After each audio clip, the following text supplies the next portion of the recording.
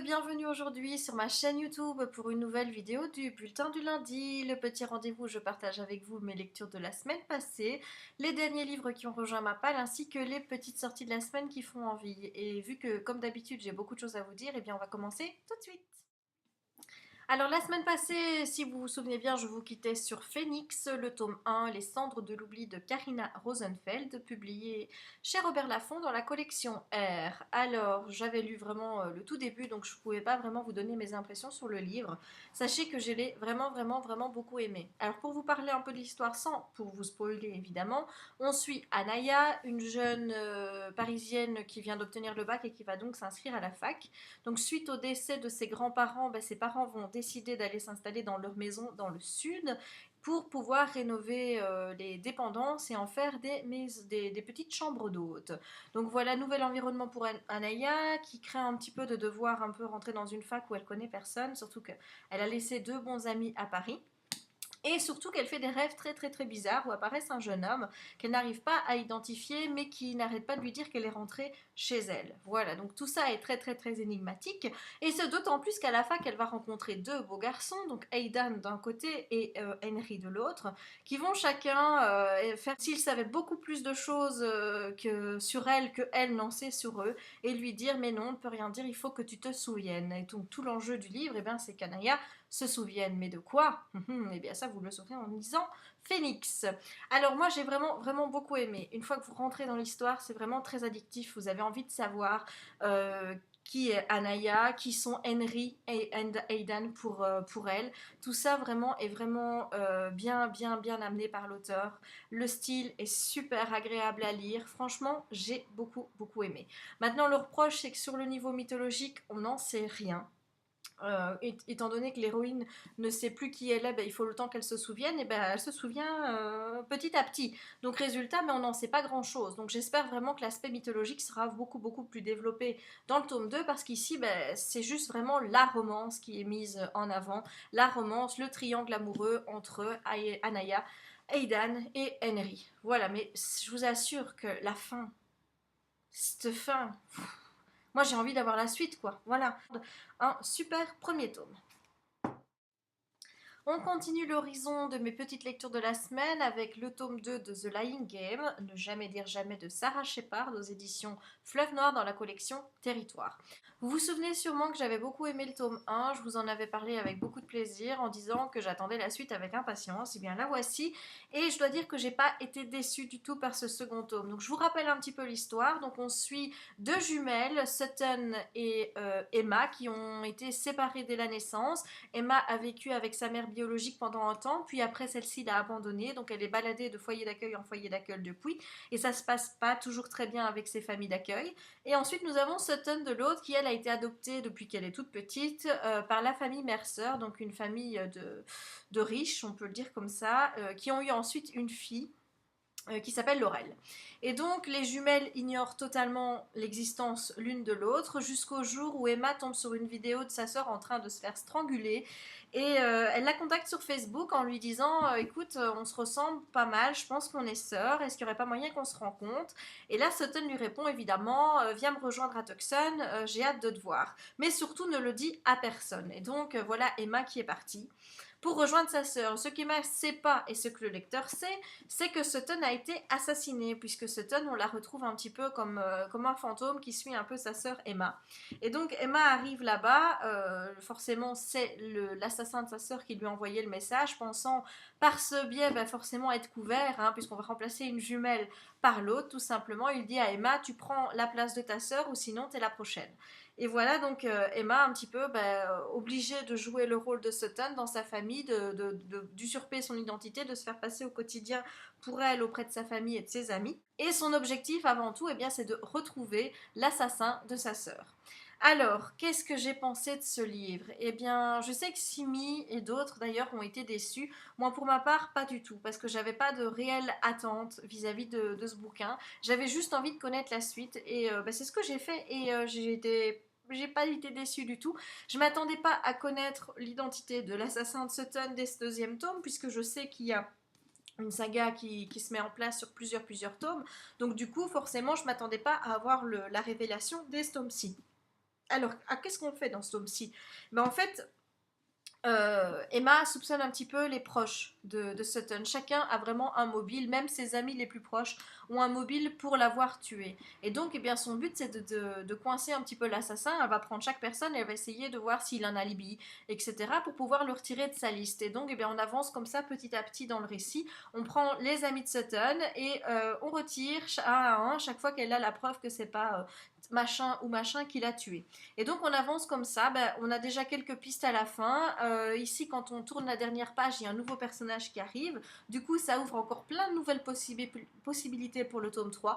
Moi, j'ai trouvé qu'il y avait beaucoup de suspense. Je ne vais pas vous dire que j'ai eu peur en le lisant, parce que ce serait quand même un peu exagéré.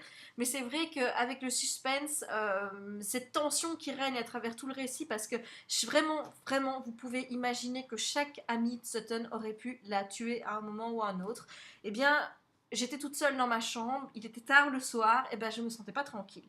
Voilà, moi ça a fonctionné total avec moi. J'ai adoré cette tension, ce suspense. J'ai hâte de retrouver Emma dans le tome 3 pour voir un petit peu qu'est-ce qui va se passer avec ce nouveau personnage qui apparaît. Et j'ai hâte et je vous recommande vraiment la saga. Et je vous recommande aussi la série télé. Flying Game tome 2, pour moi c'est une très très bonne lecture. Le seul bémol que j'ai, c'est juste par rapport au style. En fait, c'est écrit à la troisième personne, donc Emma elle a fait, elle si, elle l'a.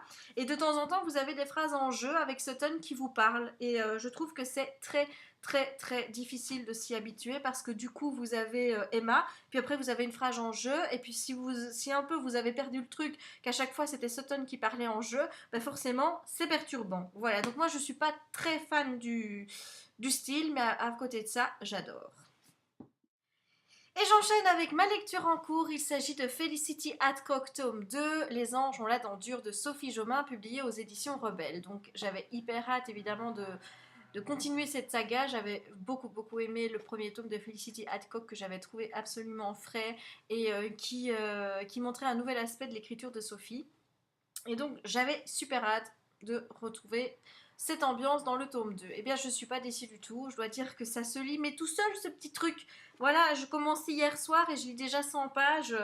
C'est énorme, moi, quand je puisse lire 100 pages en 2 heures. Je vous assure que c'est énorme. Donc, du coup, j'ai hâte d'être tout à l'heure pour pouvoir continuer. Alors, pour l'histoire, donc sans spoiler, je tiens quand même à le préciser. Donc, à la fin du tome 1, on rencontre le personnage de Greg, qui est en fait l'ex de Felicity et qui est donc l'excuse pour pouvoir entamer le tome 2, puisqu'elle va le retrouver à la sortie d'une boîte à Londres, elle va le ramener chez lui et entre-temps elle va voir qu'il a des griffures très très très bizarres dans le dos et elle va lui dire mais comment tu t'es fait ça? Et lui il veut se vanter, il va lui dire mais enfin Felicity, voilà, ma copine aime bien être un peu sadomaso avec moi et je me laisse faire avec grand plaisir. Enfin voilà, bref, elle y croit pas du tout, Felicity, en se disant mais qu'est-ce qu'il me raconte là? Il croit que je vais y croire à son histoire de sadomasochiste là? N'importe quoi. Et donc du coup, le tome 2, il commence avec Felicity qui enquête sur Greg, savoir un petit peu ce qui se passe avec ces mystérieuses griffures qu'il a dans le dos. Et dans le même temps, elle va rentrer chez elle un soir et elle va voir un poulet mort accroché à sa porte qui est en train de dégouliner de sang et tout. Elle va prendre peur et là, on va lui apprendre que c'est de la magie noire et que ce serait un avertissement. Bon, avertissement de quoi? Est-ce que dans quoi elle est encore en train de se fourrer? On n'en sait pas trop, mais en attendant, moi j'ai hâte de savoir la suite. Donc je kiffe, je kiffe, je kiffe. L'écriture est juste fluide, rythmée, c'est voilà, c'est parfait comme d'habitude. J'aime beaucoup l'intrigue, même si j'avoue que j'en sais pas encore beaucoup. On est à 100 pages et je me demande encore vers quoi Sophie va m'emmener. Voilà, jusqu'ici pour moi c'est un tout bon. J'aime énormément. J'ai pas encore de négatif à vous en dire. Maintenant, il y en aura peut-être pas d'ailleurs, hein. Avec Sophie Jomain, j'ai rarement du négatif à dire aussi. Mais j'ai un conseil à vous donner. C'est que si vous avez envie de lire cette saga-là et que vous avez aussi envie de lire la saga À liêtre noire de Cecilia Correa, je vous conseille vraiment de d'abord lire Les Anges Mordaucy de Sophie Jomain, de lire ensuite le premier tome des Aventures d'À liêtre noire de Cecilia Correa, et ensuite de lire Les Anges ont la dent dure de Sophie Jomain. Si vous avez vraiment envie de pleinement profitez des sagas, des personnages. Je vous conseille de les lire dans cet ordre-là et pas dans un autre. Voilà, c'est un conseil que je vous donne. Maintenant, vous en faites ce que vous voulez. En attendant, moi je n'ai qu'une chose à vous dire, c'est vivement ce soir que je retourne avec Felicity, Stan et Terence. Alors on continue tout de suite cette petite vidéo avec les petites acquisitions de la semaine. Alors je vais essayer de vous faire tout ça à une main parce que j'ai un passager clandestin tout près de moi. Regardez, voilà.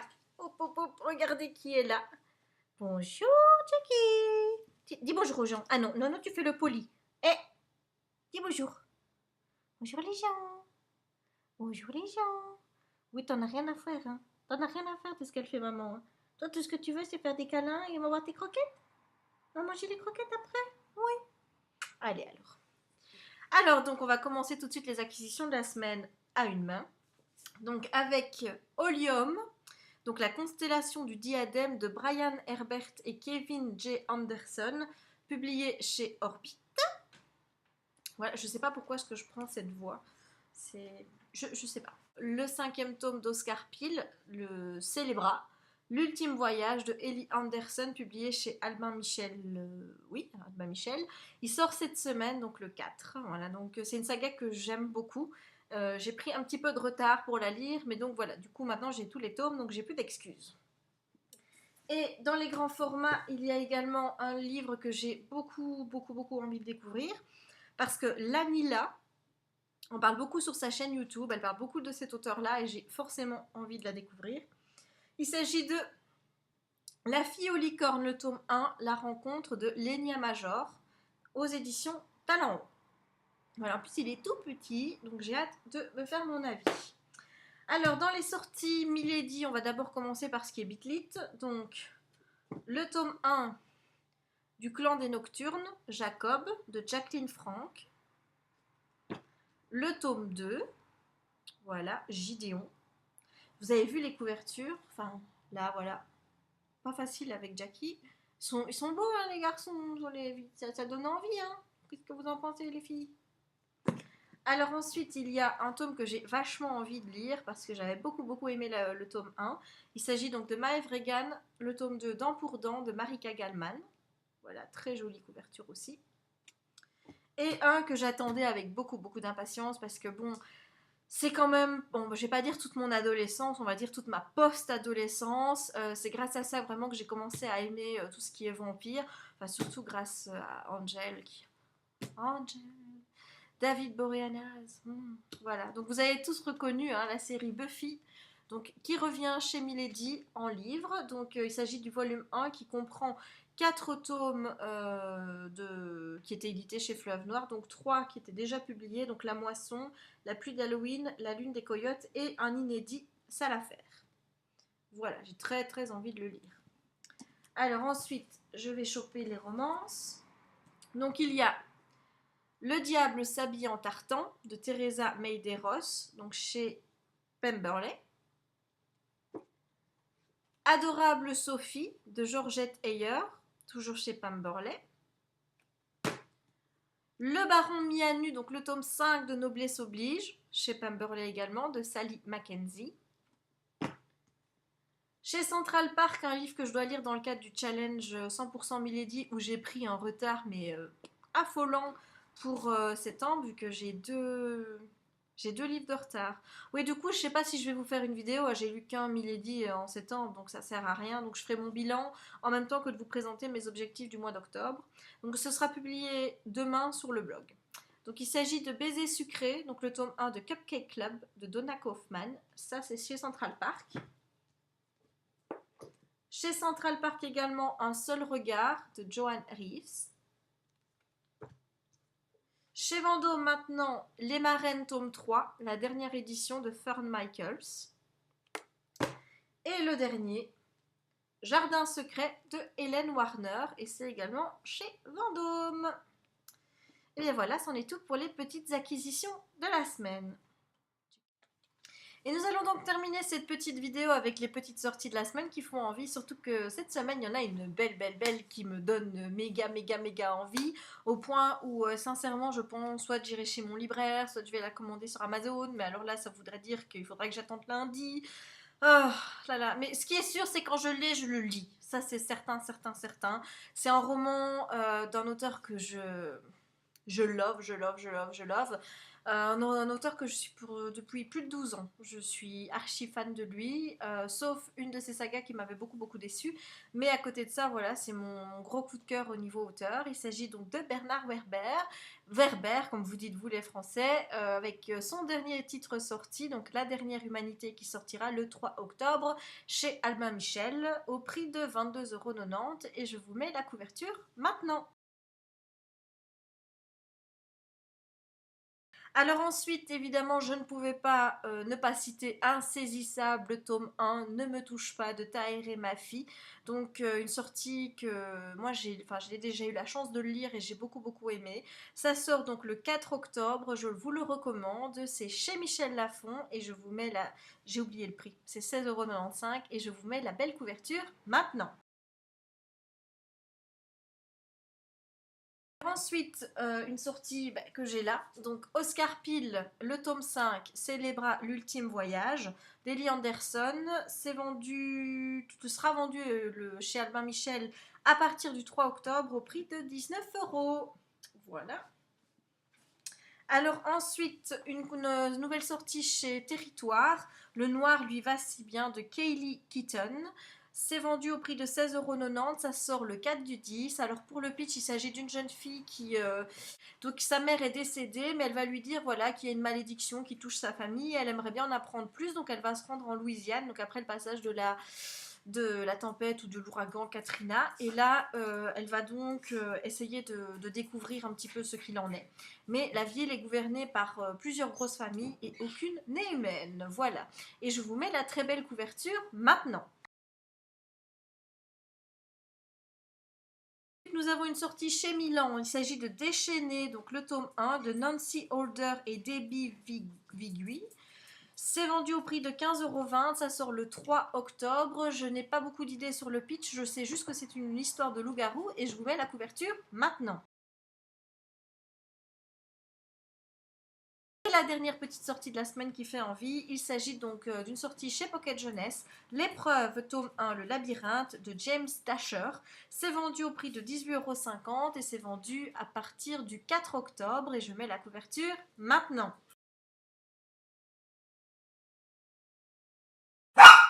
Voilà, ça c'est Jack. Jack, pchit. Il ne reste plus donc qu'à vous souhaiter une bonne soirée, une bonne semaine et à vous donner rendez-vous la semaine prochaine pour un nouveau bulletin du lundi. Ciao!